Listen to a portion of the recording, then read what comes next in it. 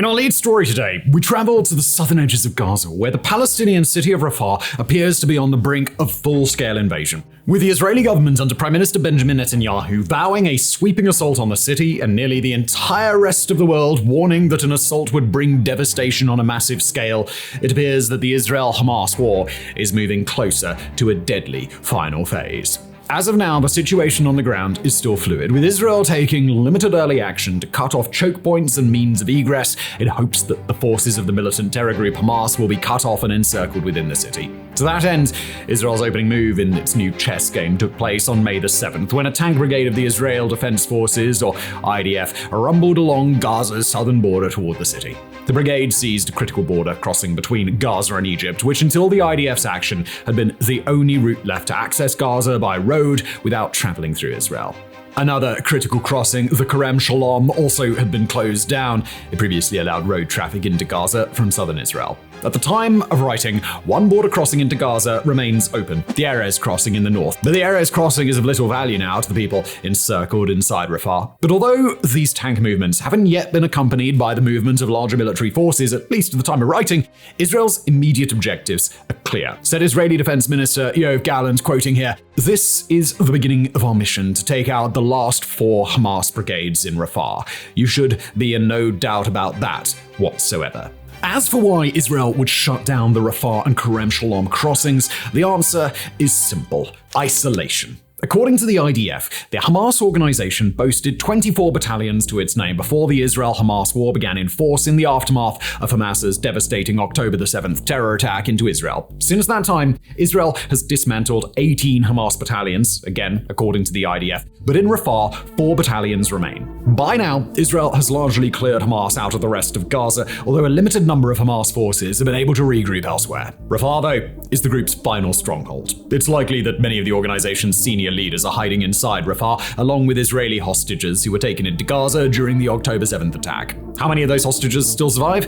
Well, that's unclear, but current estimates tend to coalesce around the low dozens, many of whom are believed to be kept as human shields in close vicinity to important Hamas leaders. For some time, Israel has been carrying out airstrikes in Rafah, while Hamas militants there continue to fire outward with mortars and rockets. That fighting has led to the evacuation of the Abu Yusuf al-Najjar Hospital, one of the few critical medical centers still receiving patients who've been wounded by Israeli airstrikes. But by cutting off the Rafah crossing, Israel has gained full control over the ability of people and supplies to come in and out of Gaza, a level of control that it previously shared with Egypt since 2005 via a long-standing blockade. By controlling access and the flow of goods, Israel grants itself a far greater ability to impose pressure on Hamas inside the city and asserts a level of control over Rafah that its adversaries likely can't resist for long. But while the move to cut off the Rafah crossing confers an immense strategic advantage to Israel, it's also added to the severe concerns that a Rafah invasion will result in disaster for the estimated million-plus people trapped there. Israel's war in Gaza has resulted in forced displacement on a massive scale, with over half of the 2.3 million people estimated to live in Gaza now forced to squeeze into Rafah. Many of the displaced people now staying there have been told by Israel to move away from combat zones some half a dozen times or more, relocating each time in a desperate attempt to avoid the worst of the fighting. Now, with food running low and organizations shut out of both of the nearby crossings and few clear ways to avoid being caught in the crossfire, most international observers agree that an invasion of Rafah would be far costlier than the rest of the Israel-Hamas war to this point, despite a death toll that already reaches well into the tens of thousands. At present, Israel has issued an evacuation order for the eastern parts of Rafah, demanding that civilians make their best effort to move to an expanded humanitarian zone on the western side of another Gazan city, Khan Yunis. But their infrastructure and food resources are nowhere near what they'd need to be in order to support a massive influx of displaced people, a problem that only gets worse when Israel's blockade of Rafah's border crossings means that no new aid or assistance can come through. Despite all of that, the potential for immense human suffering is one that Netanyahu and his government either ignores or just doesn't believe to exist. Said the Israeli PM, quoting, "We will enter Rafah because we have no other choice. We will destroy the Hamas battalions there. We will complete all the objectives of the war, including the return of all our hostages."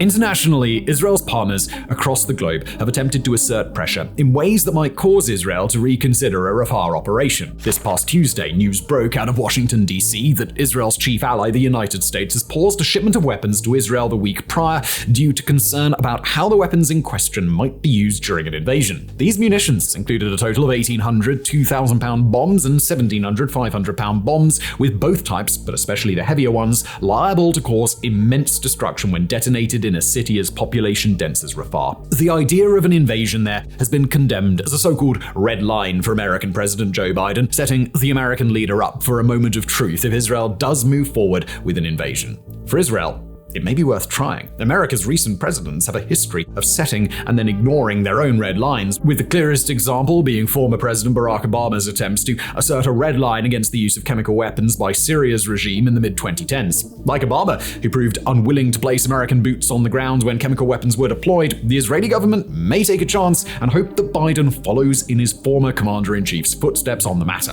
Whether Biden would make such a mistake with his predecessor's example and the pressure of an election year, well, that remains to be seen. Outside the US, Egypt and the UK have both attempted to make clear to Israel that an escalation into Rafah would be nothing short of catastrophic. And parallel to America's attempts to assert pressure, a failing but not entirely collapsed set of ceasefire negotiations still gives a glimmer of hope. At the time of writing, the potential ceasefire has been an on-again, off-again affair, with Egypt and Qatar working to broker mutually agreeable terms between Israel and Hamas. Reviews of the process are varied. On the side of the optimists, American National Security Council spokesman John Kirby seems to believe that Israel and Hamas will be able to hammer out their remaining points of division and that parallel negotiations this week will achieve a ceasefire.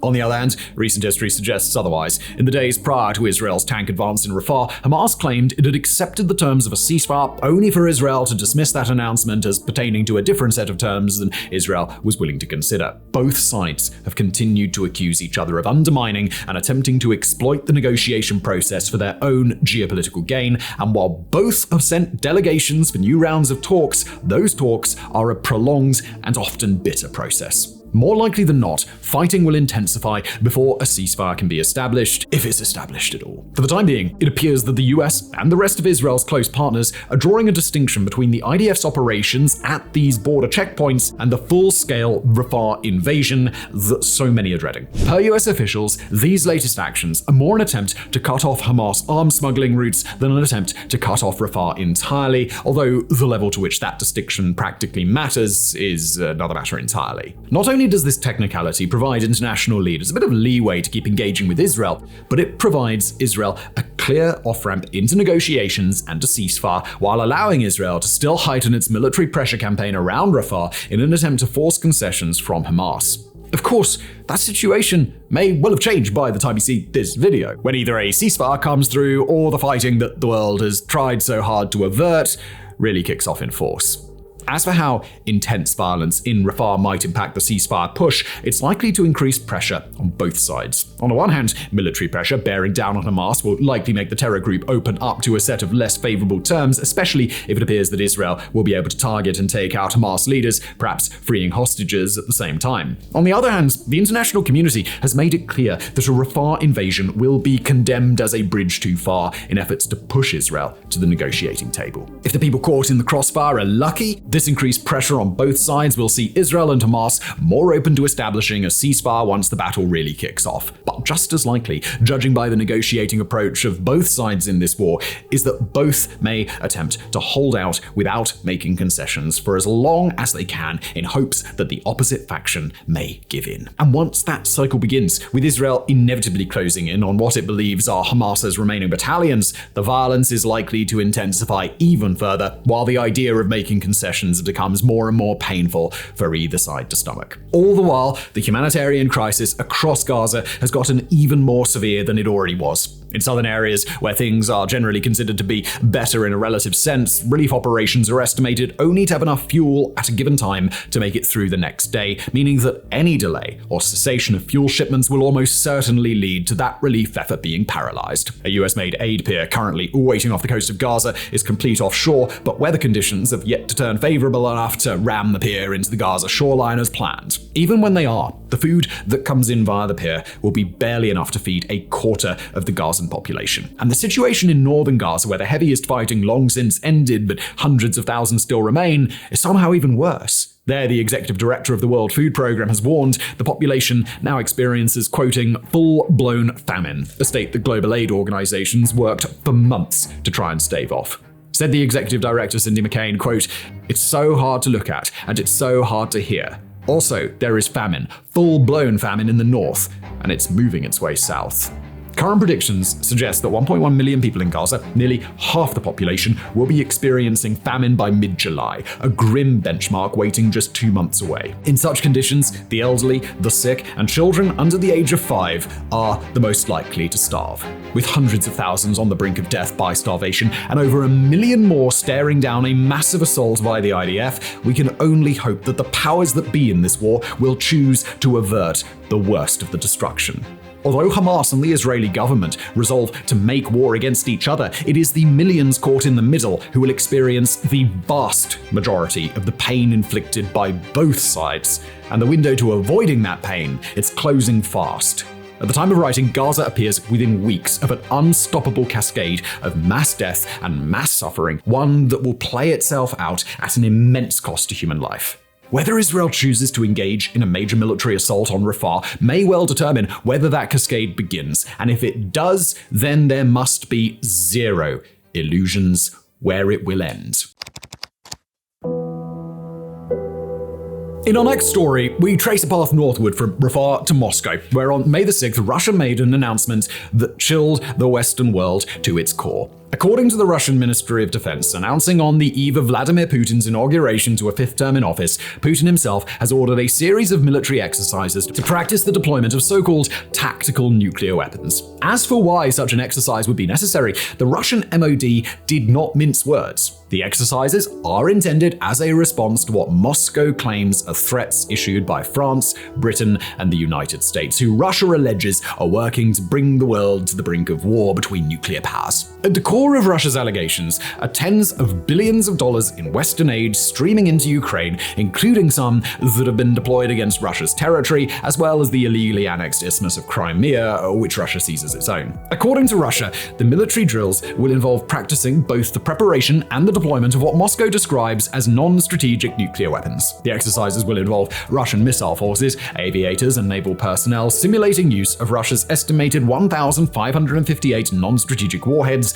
in a clear shot across the bow of the Western world. Put simply, it is very rare that a nuclear-armed nation would perform these sorts of exercises for any reason, and even less common that they would be so explicitly tied to a perceived threat by an enemy power. Whether such wargaming is meant only as an intimidation tactic against Western nations or is meant as an explicit threat against providing further aid to Ukraine, it's on those Western nations to decode. But whatever the truth of the matter is, it's a set of military exercises that NATO nations are likely to watch with a deadly seriousness. Underscoring the importance of Russia's signal to the West are parallel threats that Moscow would consider strikes against British military facilities, either on Ukrainian soil or elsewhere, as retaliation for the use of British-supplied weapons against Russian territory. Such a move would be truly unprecedented in the modern world and would quite clearly put Russia and the nations of NATO on a path to war, something that Russia almost certainly understands. The reason why these exercises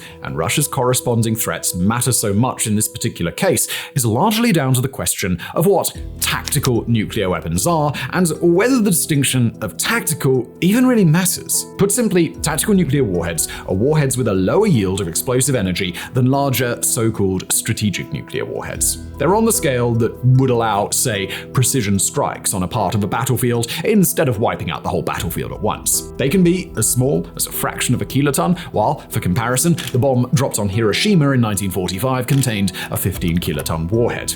The idea is to make nuclear targeting more precise, with less potential for devastation, in hopes that they could be used somewhat freely without triggering a cycle of escalation that would ultimately see the world's nuclear powers all launching Armageddon at each other. The trouble, however, is that's not actually how nuclear deterrence works. Although some countries, Russia included, do make the distinction between tactical and strategic warheads, their internal classifications don't matter if their nuclear-armed adversaries feel differently, which the nations of NATO certainly do. In cases like these, Russia raises the very specific spectre of tactical nuclear weapons, but under the doctrines of the US, the UK, France, and other nuclear-armed nations, a nuke is a nuke, and it's plain and simple. Detonate one, and the world may or may not end up in a state of all-out nuclear war, but practically speaking, the yield of the nuclear warhead that's detonated is among the least important factors determining how the world will respond. Nuclear non-use has been the sole,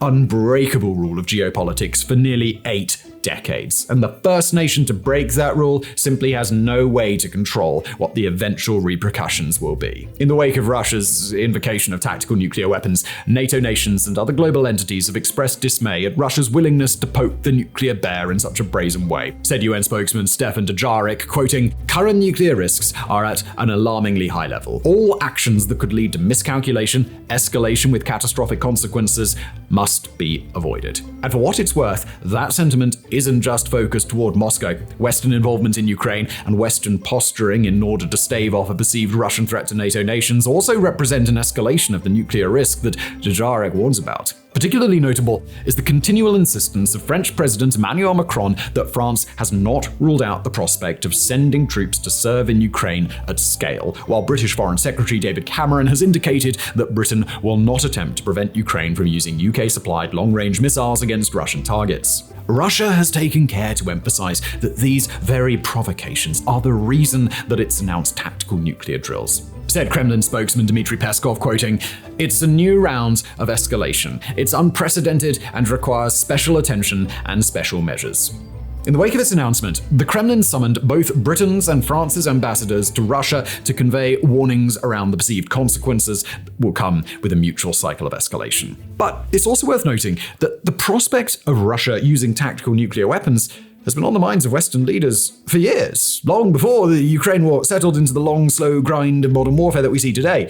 The prospect of nuclear-armed Russia attempting to wage war against Ukraine, especially a long war where the initial victories Moscow had expected would prove elusive, raised the specter of tactical nuclear weapon deployment long ago. That's a prospect that has consumed Western policymakers and contingency planners, and Russia knows it. For Moscow, there's a real psychological power in dropping hints about tactical nuclear weapons, let alone staging practice runs that they know will be scrutinized in detail by foreign intelligence assets and spy satellites alike. Russia has a different set of criteria for its use of nuclear weapons than other nuclear-armed nations, most of whom abide by either a strict no-first-use policy, where nuclear weapons will only be used to retaliate against somebody else's nuclear strike against them or their allies, or otherwise to launch first strikes when there's a very high threat of a nuclear attack from an adversary. Moscow, though, includes a caveat that attacks that, quote, threaten the very existence of the Russian state may elicit a nuclear response, even if those attacks don't use nuclear weapons in the first place.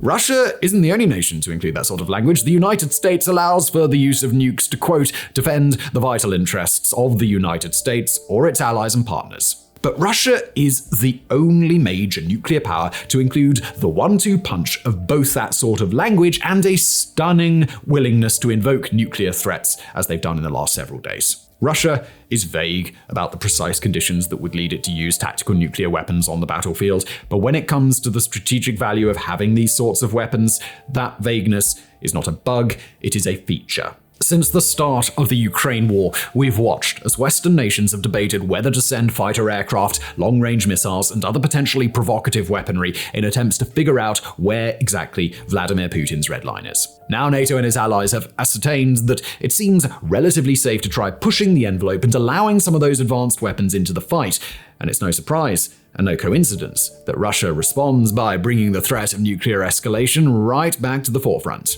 They did it over a year ago when the UK sent armor-piercing shells to Ukraine and Putin vowed to deploy tactical nukes in Belarus. Just as Russia's internal repression centers around its ability to threaten punishment and coax people into self-censoring what they say, so too does Russia hope that evoking the threat of tactical nuclear weapons will coax adversary nations into avoiding potentially provocative action all on their own. As Russia begins begins its military exercises, it's best to maintain a keen awareness that it's this balance that Vladimir Putin is trying to maintain.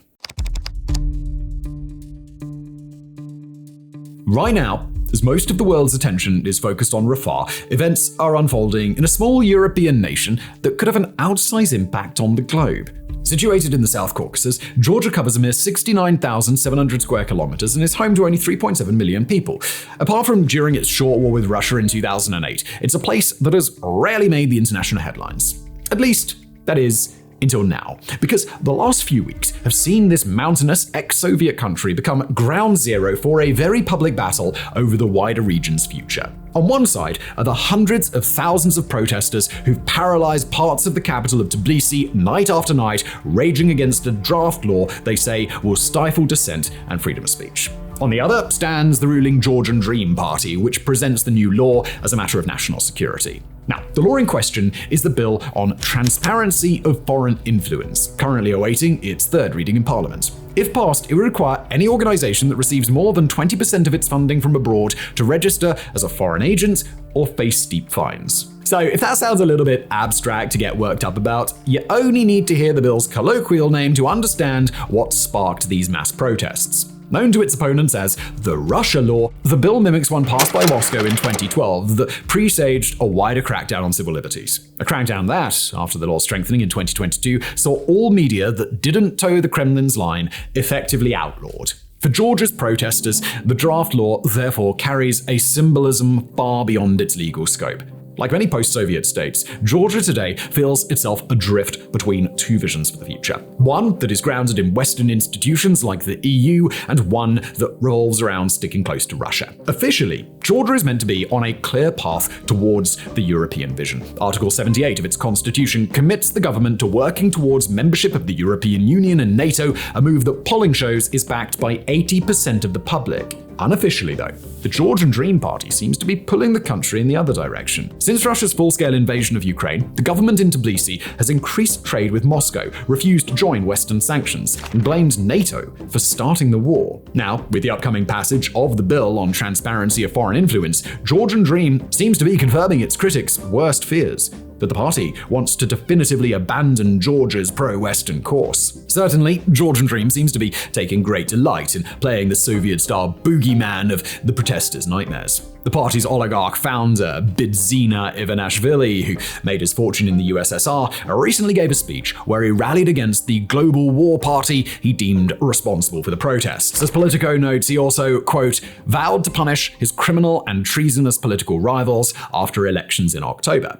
Georgia's intelligence agency, the State Security Service, or SSS, meanwhile went a step further. Drawing a deliberate parallel with the 2014 Maidan uprising that saw Ukraine's pro-Russian president Viktor Yanukovych toppled, the SSS recently declared that the aim of the protesters was to, quote, dismantle state structures and overthrow the government by violent means, adding that the goal is so-called Maidanization. Now, to be fair, the parallels with the Maidan protests are pretty real. Like Yanukovych, Georgian Dream won its last election, technically promising to advance integration with Europe. Like Yanukovych, the party has since reneged on its vow and appears to instead be cozying up with Moscow. And just like in Ukraine in late 2013, this has led to mass protests, which the authorities now are trying to quell with violence. In Georgia's case, that violence has so far not turned deadly, although it has still been shocking. Police have dispersed crowds using water cannons and tear gas, and riot police have been filmed repeatedly charging crowds. Unknown numbers have been arrested, while an opposition politician, Lev Kabashvili, was savagely beaten. On top of that, Georgian Dream promised on May 8th to create a national database of people, quoting here, involved in violence, other illegal actions, threats, and blackmail, or publicly approve of such actions. By which they clearly meant those taking part in the protests. Along with Ivanishvili's threats to punish political rivals, the announcement has given the proceedings a distinctly Soviet air. Still, while the Maidan parallels are intriguing, there's no guarantee that Georgia's protests will spark their own revolution. At the moment, the bill is due for its third and final reading on May 17th. Foreign Policy explains what comes next, quoting again, after the bill's likely passage, it will be sent to Georgian President Salom Zhurabishvili, who has promised to veto it. Georgian Dream can then use its majority in parliament to override the veto and bring the bill into law. The quote ends. Everyone expects that moment to be accompanied by what may be the largest protests yet. The key question, though, is what everyone does afterwards. The maiden protests, after all, only became a full-blown revolution after the security services started killing activists. If this doesn't happen, it's entirely possible the Georgian protests might peak before gradually dissipating. Alternatively, Georgian Dream might change tack and shelve the new law. The party already did this once last year when an identical bill was withdrawn following days of mass protests. Who's to say they won't back down again as the anger on the streets increases? But this wouldn't be war of graphics if we didn't touch on another possible outcome, one best articulated in a recent foreign policy essay by senior fellow at the Hudson Institute Luke Coffey. An outcome in which Georgia's protests don't wind up mimicking Ukraine's successful 2014 revolution, but Belarus's failed one in 2020. That summer, a stolen election sent record numbers of people out onto the streets of Minsk. So large were the crowds, so visceral the anger, that it briefly looked like Alexander Lukashenko would be forced to step down. That he didn't is due entirely to a single ally, Russia. At the height of the protests, Vladimir Putin made the decision to prop up Lukashenko's crumbling rule. The Kremlin security forces were sent in to help their Belarusian counterparts, and the demonstrations were swiftly crushed. In foreign policy, Coffey argues that something similar may happen in Georgia if discontent over the new law finally bubbles over. After all, senior Kremlin figures have already voiced support for the bill and declared that the protests are Western staged. And the January 2022 intervention against political protests in Kazakhstan shows that Moscow still wants to keep the lid on what it refers to as color revolutions. Yet any Russian reaction to a wider Georgian uprising could go beyond the security service-led crackdown seen in Belarus and Kazakhstan. Instead, the foreign policy essay suggests that Moscow may consider a full military intervention. To be fair, Coffey admits that this is, quote, a low-probability scenario given Russia's challenges in Ukraine. Still, he makes the case that the Kremlin may judge a quick demonstration of military might as something that could cow Georgia's protesters, especially since even a limited incursion could net Putin outsized rewards. Right now, Russia occupies a fifth of Georgian territory, with its troops stationed in Abkhazia in the west and South Ossetia in the north. Were those troops to push out of Abkhazia and along the coast, it would give Putin control over more of the Black Sea at the precise moment when Ukrainian drone attacks are forcing his ships to take shelter in increasingly distant ports. Equally, even a small incursion from South Ossetia would both sever Georgia's main east-west highway while also placing several pipelines pumping gas from Azerbaijan to Europe under the Kremlin's control. As Coffey notes, it would create significant energy problems for Europe and by extension NATO and the United States.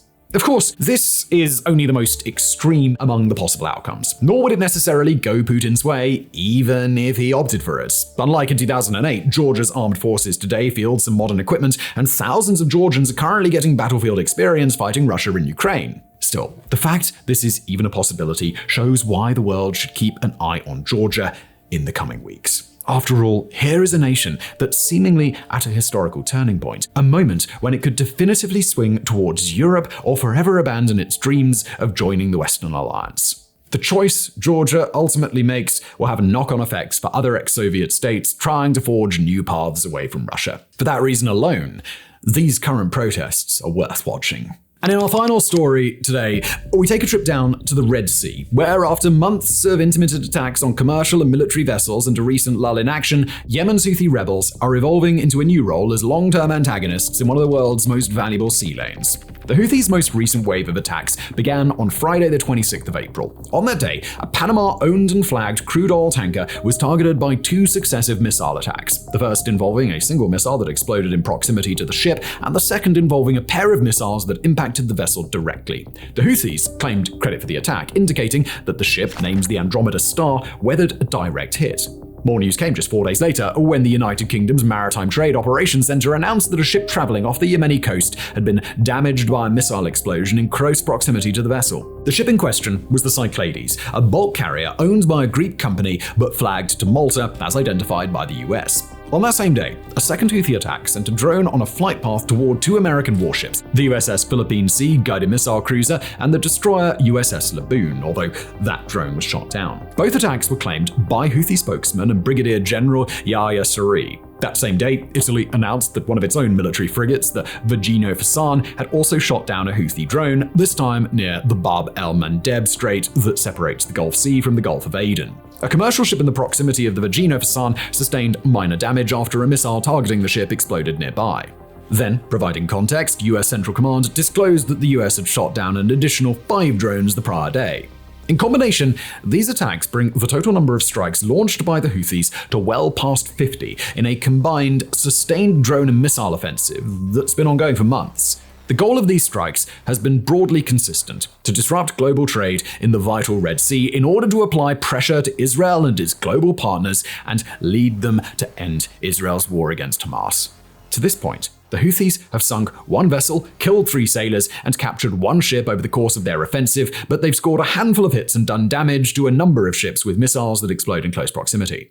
Not only have they made the waters of the Red Sea less safe to travel, but the combination of their heightened threat to ships and the steep corresponding rise in insurance costs for maritime trade insurers have forced global shipping companies to either send their vessels all the way around Africa or pay up. Whether the Houthi campaign has had a tangible geopolitical impact on the Israel-Hamas war is a subject of some debate and certainly doesn't result in a clear affirmative, but it's far more clear that the costs the Houthis have imposed on the shipping industry are making a significant impact. But up until the wave of strikes on April the 29th, the world and the global shipping industry has been speculating that the Houthi campaign might be petering out. The rebel organization is expected to be low on drones and missiles, partly owing to an interdiction campaign against secret Iranian smuggling vessels that have historically brought those munitions to the Houthis, who are, in turn, close allies of Iran. New weapons like a handful of highly potent sea drones have failed to materialize, at least out on the water. But with a renewed series of attacks and fairly high levels of munitions expended in the process, the Houthis again appear to be posing a threat in the region.